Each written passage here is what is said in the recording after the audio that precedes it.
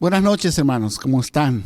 Espero que todos se encuentren bien en esta hora, que estén ya en sus hogares, probablemente disfrutando la cena o sencillamente apartado este tiempo para unirse a nosotros. Qué bueno que lo han hecho. Y saludamos a nuestros hermanos que nos siguen en otros lugares, en otros países. Como siempre, nos da gusto saber de ustedes. Pongan ahí una notita en el chat, díganos de dónde nos escuchan y únanse a nosotros en este tiempo. Vamos a alabar al Señor.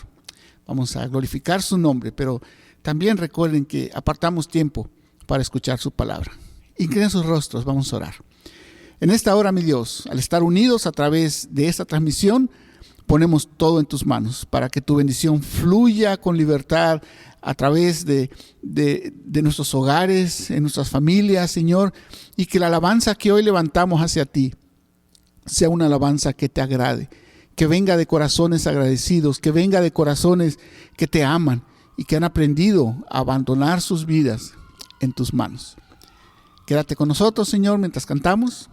Háblanos en esta noche y danos lo que necesitamos, Señor, para seguir adelante, para crecer, para ser mejores delante de ti y para que la gente también conozca el Dios que eres a través de nuestras vidas.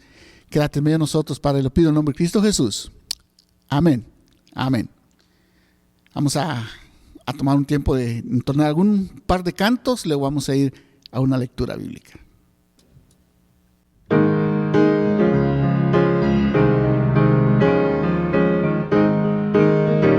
Alabad a Jehová, naciones todas, pueblos todos, alabarle, porque ha engrandecido sobre nosotros su misericordia, y la verdad de Jehová es para siempre, aleluya, amén. Y la verdad de Jehová es para siempre, aleluya, amén. Alabad a Jehová, naciones todas, pueblos todos, alabadle, porque ha engrandecido sobre nosotros su misericordia, y la verdad de Jehová es para siempre, aleluya, amén. Y la verdad de Jehová es para siempre, aleluya, amén. Te alaben las naciones, te alaben con canciones, por grandes bendiciones, por los siglos de la eternidad sin fin. Te alaben tus criaturas en tierra y las honduras, y en todas las alturas, por los siglos de la eternidad.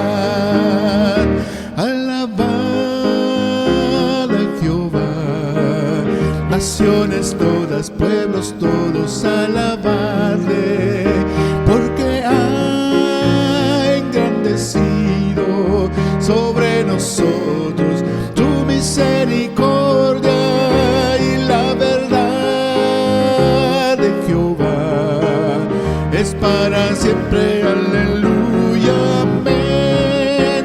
Y la verdad de Jehová es para siempre, aleluya, amén.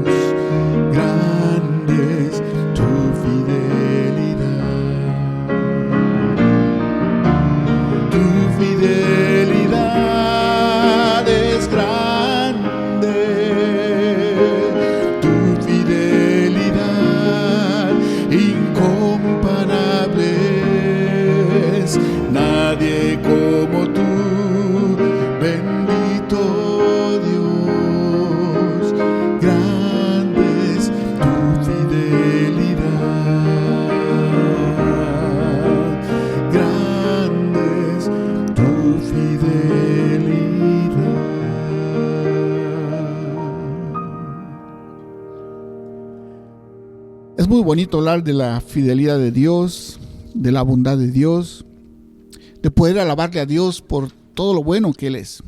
Y vaya que Él es bueno.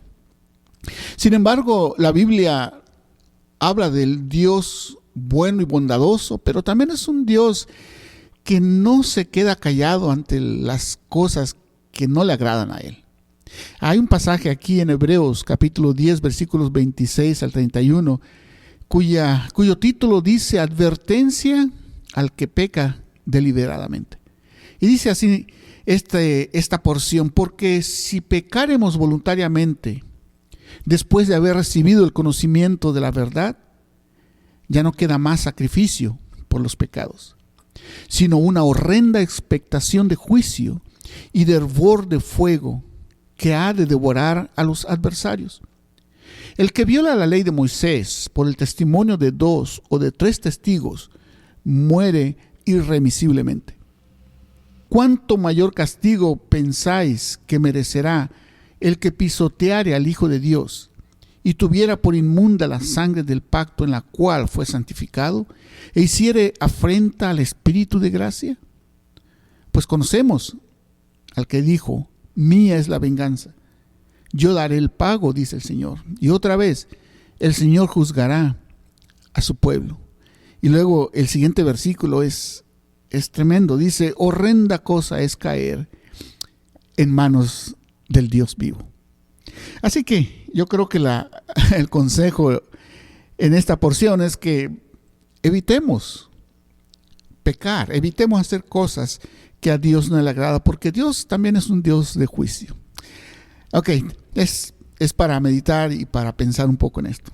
Hay un canto más, o un par de cantos con el que quiero terminar, que hablan no de la ira de Dios, no del juicio de Dios, pero de lo dulce. De hecho es el título del canto: oh, cuán dulce es confiar en Cristo. Porque no importa el tiempo en el que estemos, el Señor va a estar a nuestro lado.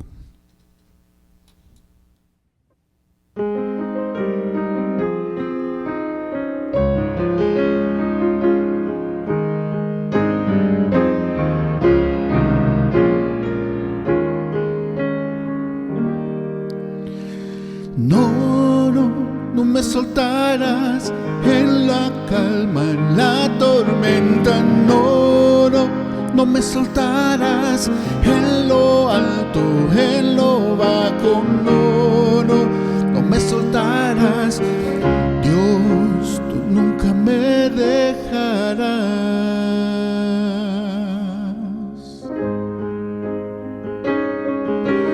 Oh, cuán dulce es fiar en Cristo y entregarse todo a Él, esperar en sus promesas y en sus sendas serle fiel. Jesucristo,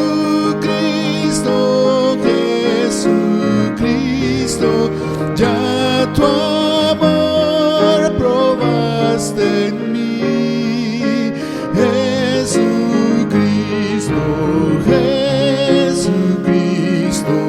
siempre quiero fiar en ti. Siempre en ti confiar yo quiero, mi precioso Salvador. En la vida o en la muerte, protección me dé tu amor.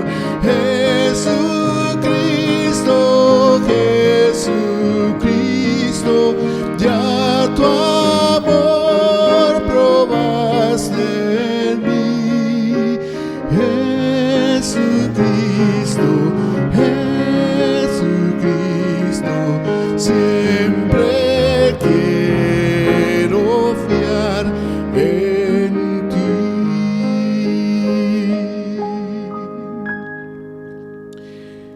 Bien, después de haber cantado y leído un poco de su palabra, vamos a darle el tiempo al pastor para el estudio esta noche. Que el Señor les bendiga, hermanos. Nos vemos en la próxima. Muchas gracias, hermano Aquino, por ministrarnos a través de la música. Espero que ustedes allá se hayan unido y adorado a Dios juntos a la distancia. Buenas noches, hermanos. Buenas noches, hermanas, amigos de Rancho Naz. Siempre es una bendición, siempre es un gozo venir ante ustedes en media semana, a hacer esta pausa bendecida para estudiar la palabra de Dios, para adorar a Dios. Y como siempre, espero que su semana esté marchando bien y que estos minutos sean para ustedes como lo son para mí, un pequeño oasis, un pequeño paréntesis en los quehaceres continuos, cotidianos de nuestra vida. Y que le demos lugar al Espíritu de Dios para que nos hable. Continuamos hoy con el tema Conociendo a Dios.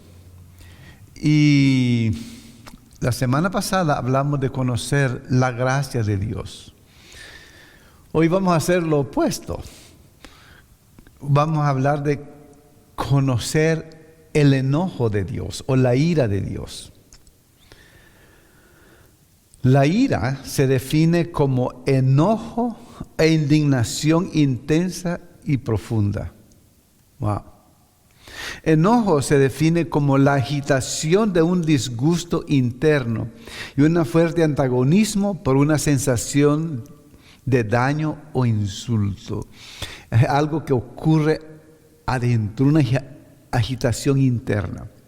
Indignación se define como cólera justa, suscitada por la injusticia y la bajeza.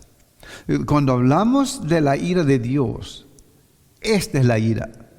Y es la ira de Dios, nos dice la Biblia, es un atributo divino, es un atributo de Dios.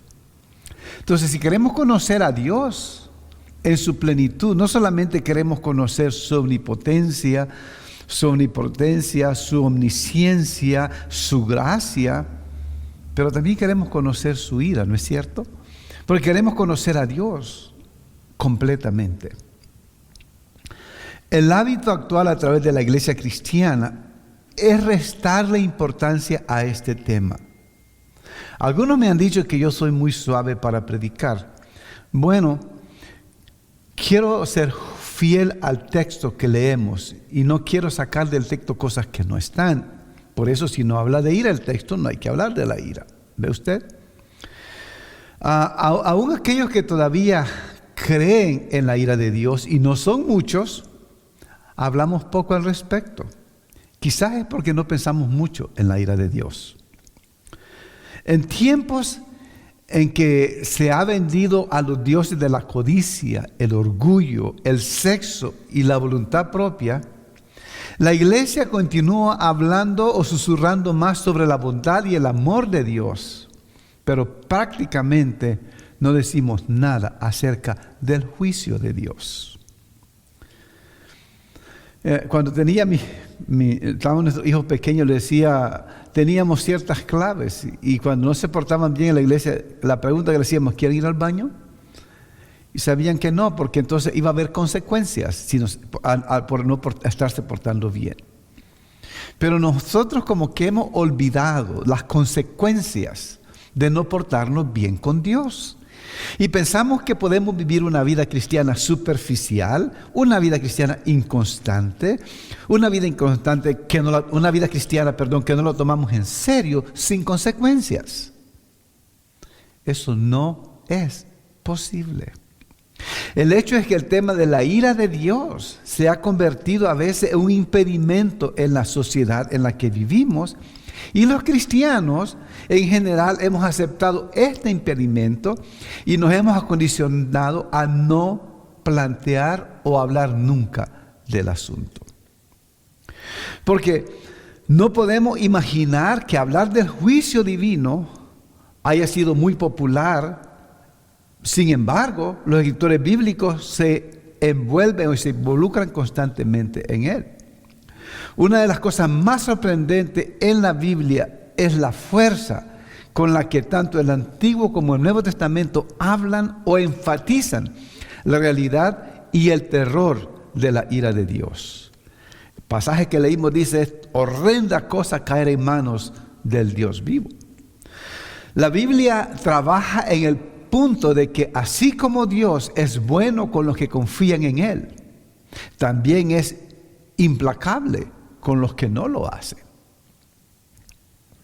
Escuchemos lo que dice el profeta Nahum. En el capítulo 1, versículos 2 al 8. Dice: el Señor es un Dios celoso y vengador, Señor de la venganza, Señor de la ira. El Señor se venga de sus adversarios, es implacable con sus enemigos.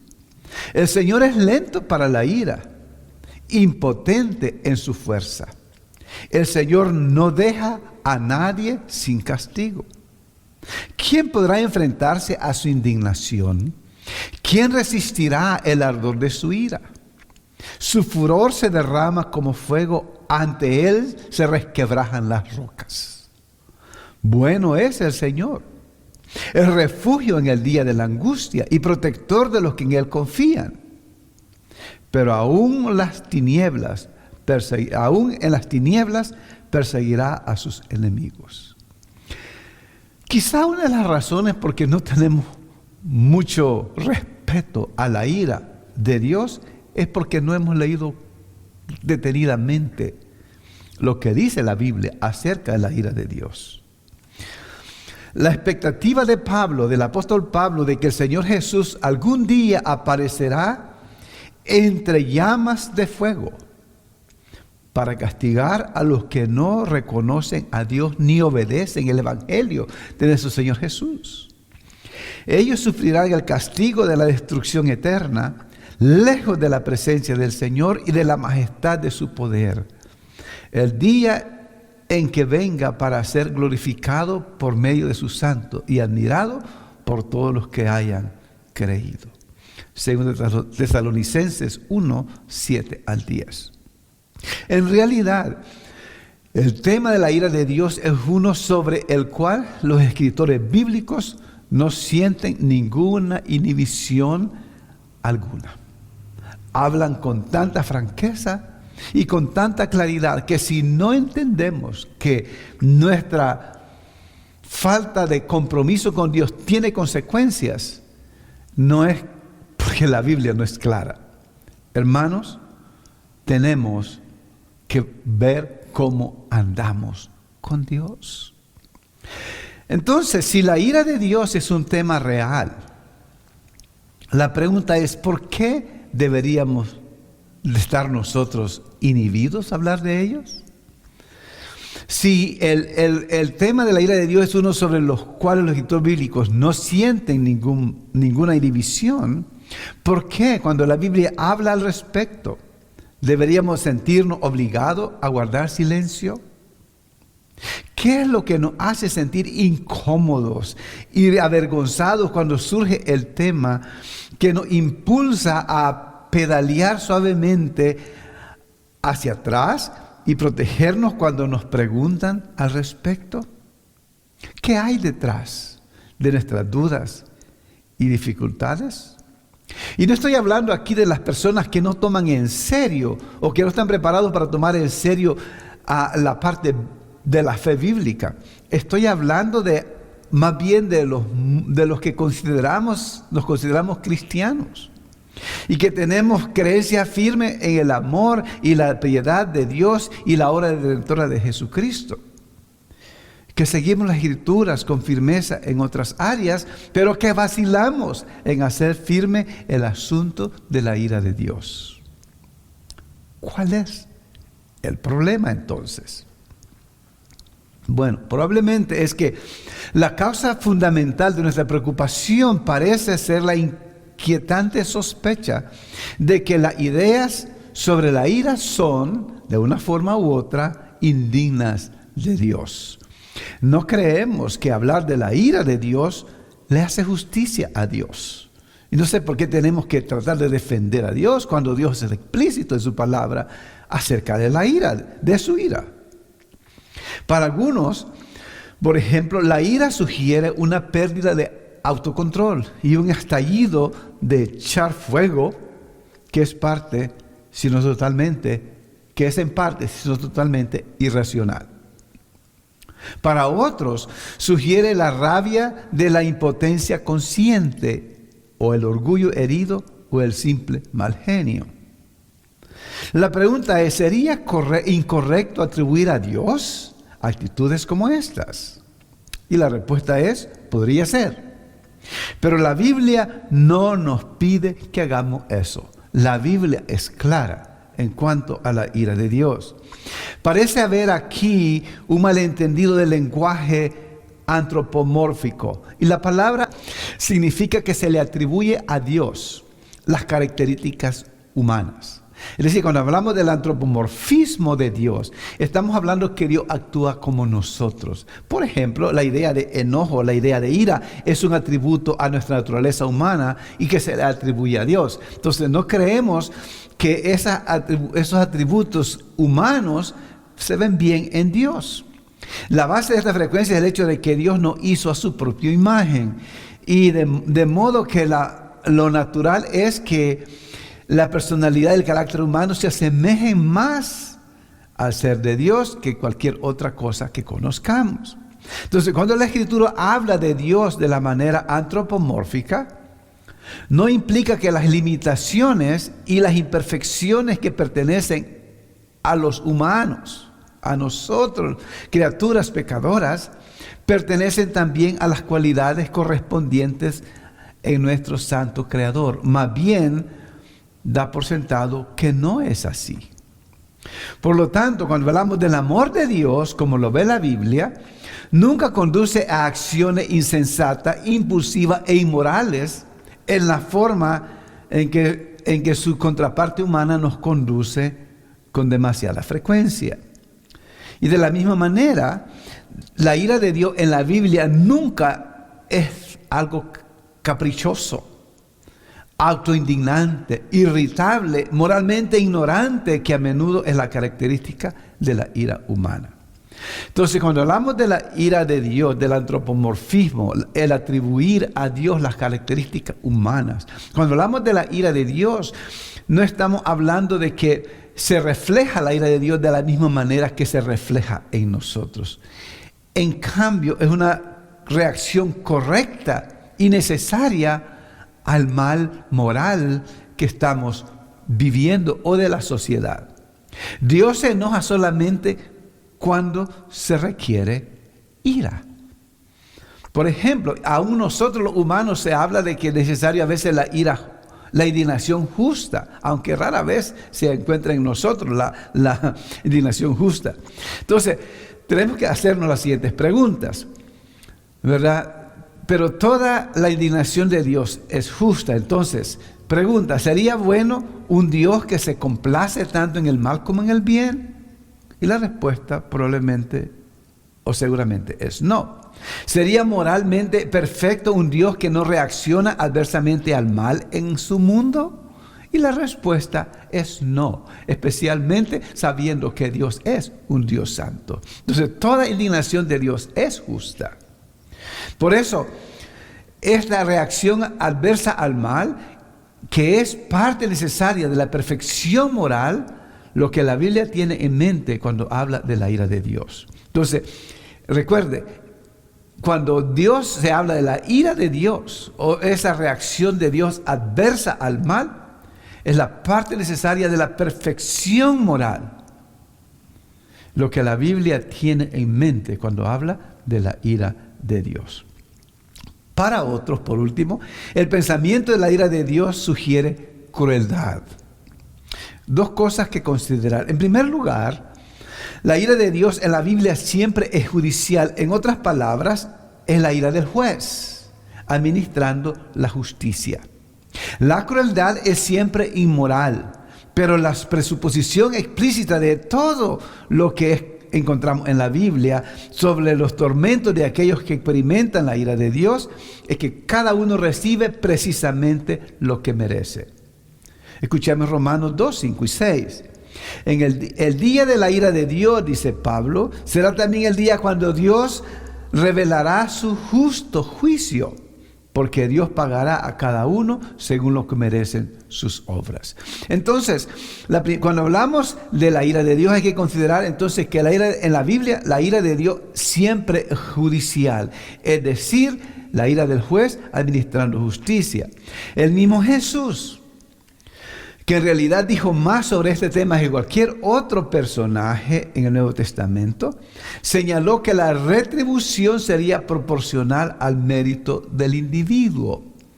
Dice él en Lucas 12, 47 y 48, el siervo que conoce la voluntad de su Señor y no se prepara para cumplirla recibirá muchos golpes.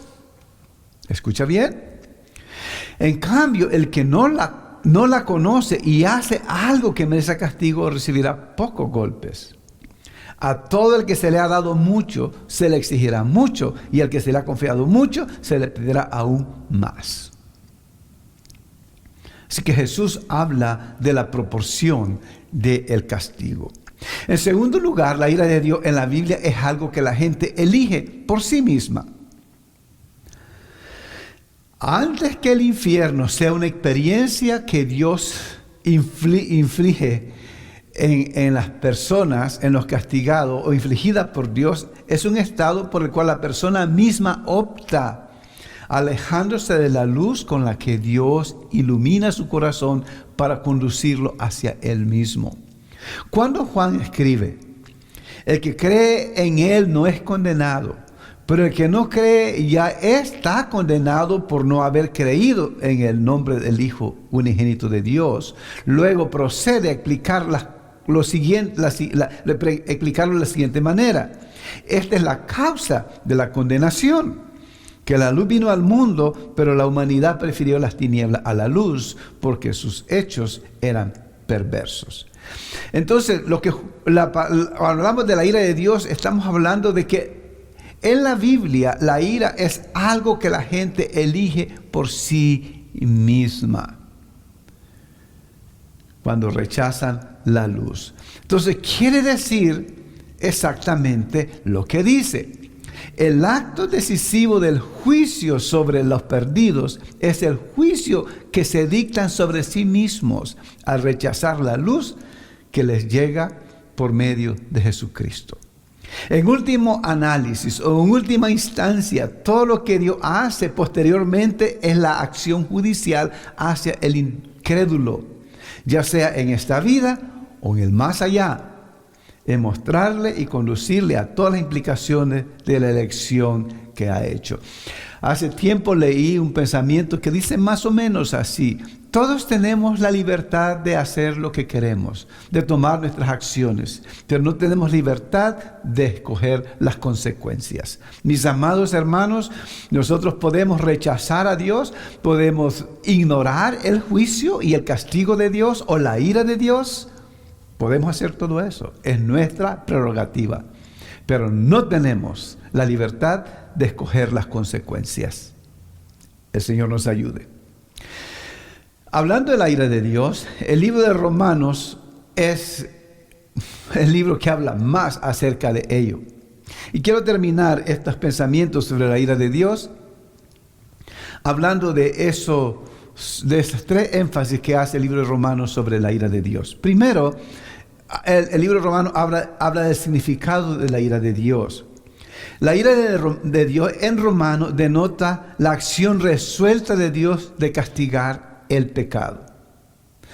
La frase la ira en Romanos puede referirse específicamente a la futura manifestación culminante de esta ira, como dice la palabra, en el día de la ira.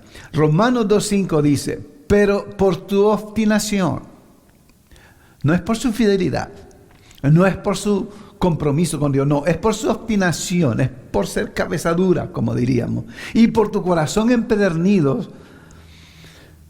Pero por tu obligación y por tu corazón empedernido sigue acumulando castigo contra ti mismo para el día de la ira, cuando Dios revelará su justo juicio. Lo que el apóstol Pablo nos está recordando es que cada día ustedes y yo o tenemos un corazón sensibles a la voz de Dios y acumulamos gracia para el día que estemos en su presencia, o seguimos de corazón duro, empedernido, como dice la palabra de Dios, y seguimos acumulando. Dice el Señor Jesús que hagamos tesoros en el cielo, ¿no?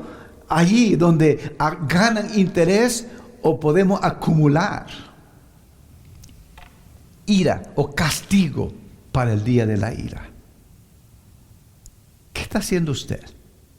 ¿Está acumulando tesoros en el cielo o está acumulando contra usted mismo ira para el día de la ira?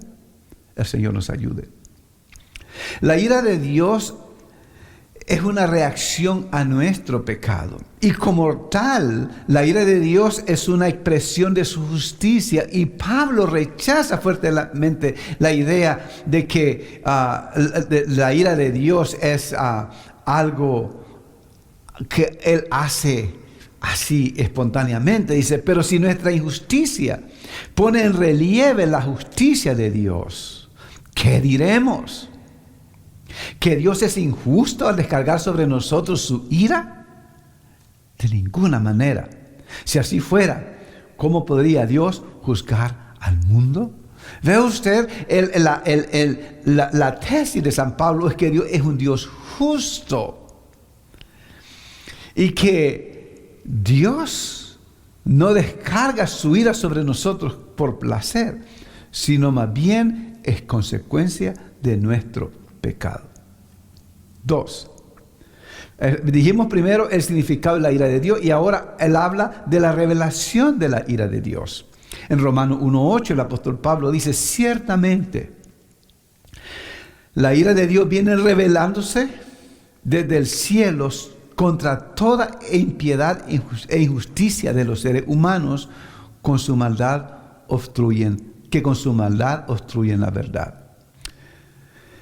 Estamos viviendo en tiempos donde lo que le llamamos, donde debemos de ser políticamente correctos. La generación PC, políticamente correctos. Donde pensar que Dios está revelando su ira desde el cielo es incorrecto. Pensar que las consecuencias del pecado las estamos viviendo ahora es incorrecto. Pensar que catástrofes y plagas que están viniendo al mundo son consecuencia del desenfreno en el que estamos viviendo es incorrecto. Y es por eso que los cristianos, cuando predicamos el evangelio como es, incluyendo la ira de Dios, se nos acusa de extremistas. Pero no podemos ser fieles al evangelio de Dios sin enfrentarnos a nosotros mismos y a la humanidad con el justo juicio de Dios. En el tiempo presente, dice el apóstol, viene revelándose, es tiempo presente, no es que se reveló o que se va a revelar, se viene revelando. Y mucho de lo que estamos experimentando hoy, incluyendo la sequía, incluyendo los desastres naturales, incluyendo las plagas que estamos viviendo, sean creadas por el hombre o intencional o accidentalmente, no importa, todo esto es parte de la manifestación, viene revelándose, demuestra una acción continua ocurriendo todo el tiempo desde el cielo. Esto, mis amados hermanos, no es coincidencia. Dios está en control de este mundo y estamos viviendo y pagando las consecuencias de nuestra falta de reverencia y respeto a Dios. ¿Cómo se revela la ira de Dios? Se imprime directamente en la conciencia de cada persona, aquello a quienes Dios ha entregado a una mente depravada para hacer el mal sin inhibiciones. Todavía saben bien que, según el justo decreto de Dios, quienes practican tales cosas merecen la muerte. Sin embargo, no solo siguen practicándolas, sino que incluso aprueban a quienes las practican. Romanos 1:32.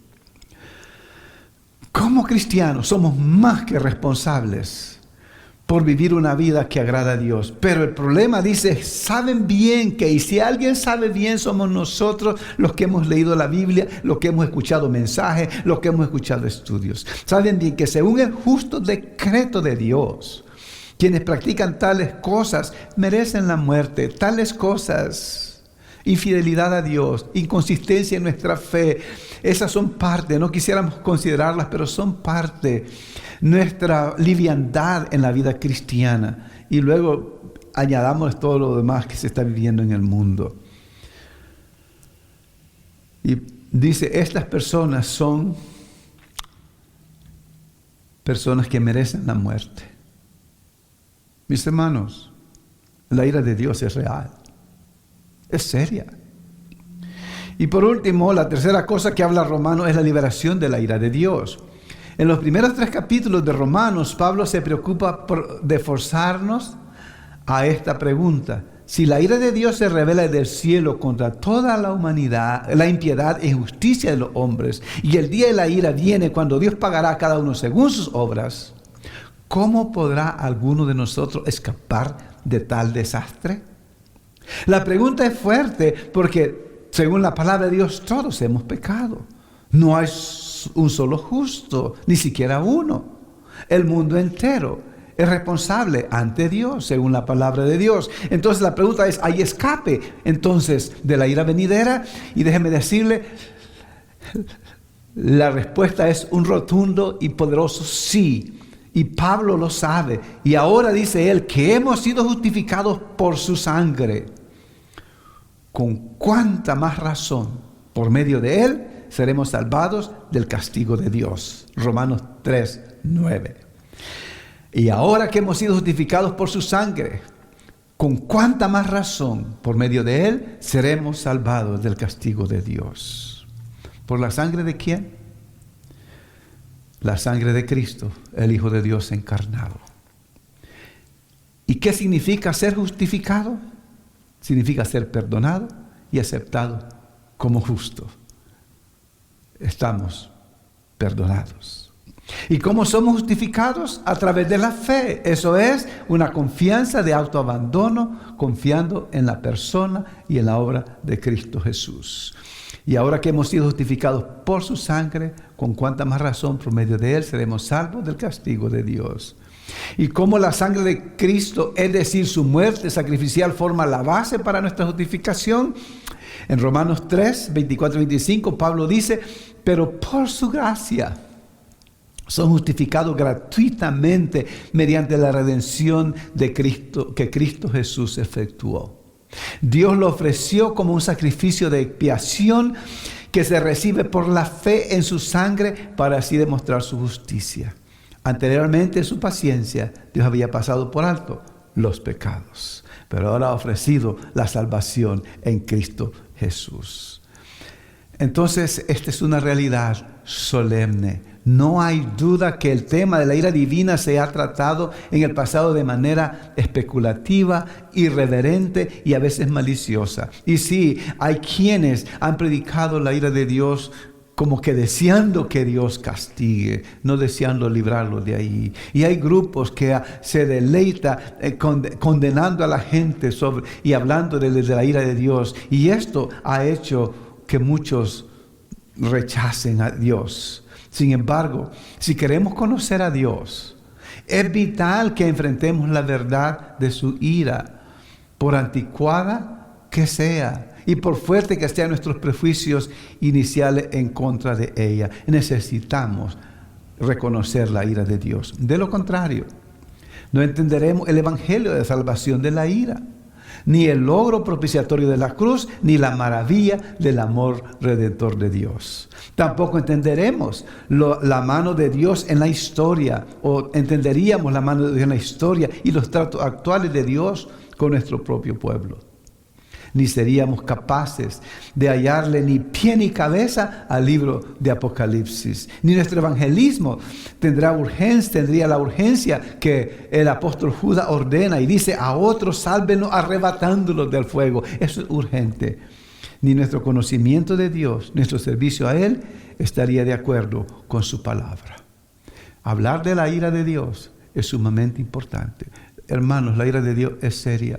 El castigo al rechazo de Dios es real. Así como la salvación en Cristo es real, el castigo por rechazarle es real también. Pero Dios no quiere que nadie se pierda, sino que todos procedamos al arrepentimiento. Mis hermanos, como cristianos, no estamos exentos de caer en la ira de Dios si somos infieles, de sufrir las consecuencias de la ira de Dios si no somos fieles. Y usted, si no conoce a Cristo, es responsable porque ya escuchó el Evangelio, también de enfrentarse a la ira de Dios si no lo recibe. Pero en esta hora, dice el apóstol Pablo, por su gracia son justificados gratuitamente mediante la redención de Cristo Jesús. Dios lo ofreció como sacrificio de expiación que se recibe por la fe en su sangre, para así demostrar su justicia. El castigo de Dios es la manifestación de la justicia, del justo juicio de Dios, pero la salvación es la manifestación de la gracia y la justicia de Dios. Mis amados hermanos, el Señor nos ayude a vivir como Dios espera que vivamos, en reverencia a Él, agradecidos por su amor y por su gracia, pero conscientes de las consecuencias de nuestra separación de Dios, nuestro rechazo a Dios o de nuestra vida superficial, cristiana superficial. Dios nos ayude. Bendiciones.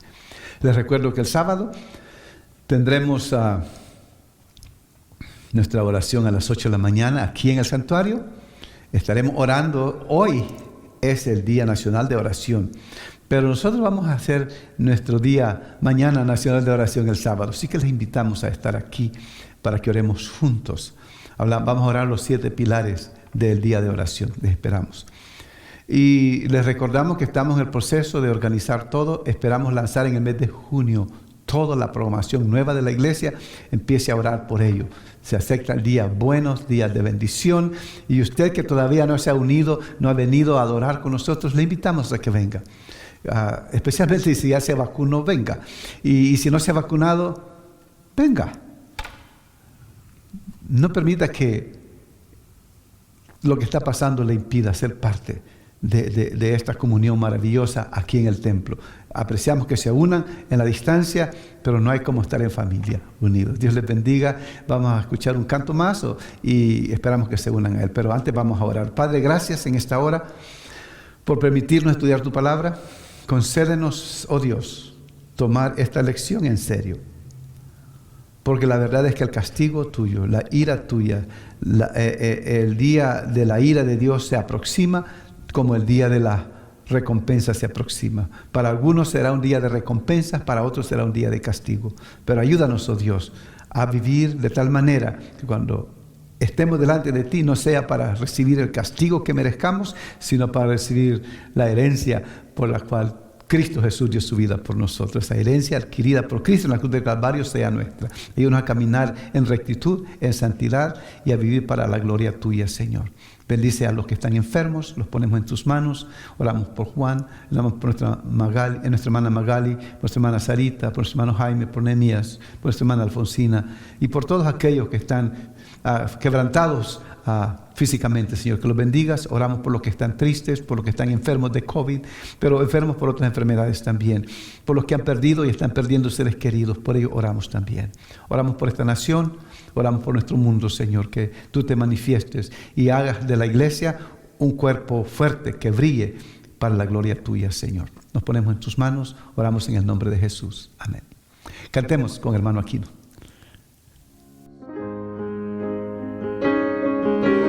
Oh, cuán dulce es fiar en Cristo y entregarse todo a Él, esperar en sus promesas y en sus sendas serle fiel. Jesucristo,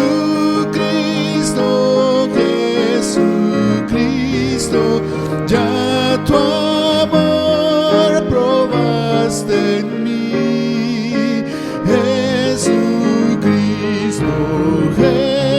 Jesucristo, siempre quiero fiar en ti. Siempre en ti confiar yo quiero, mi precioso Salvador, en la vida o en la till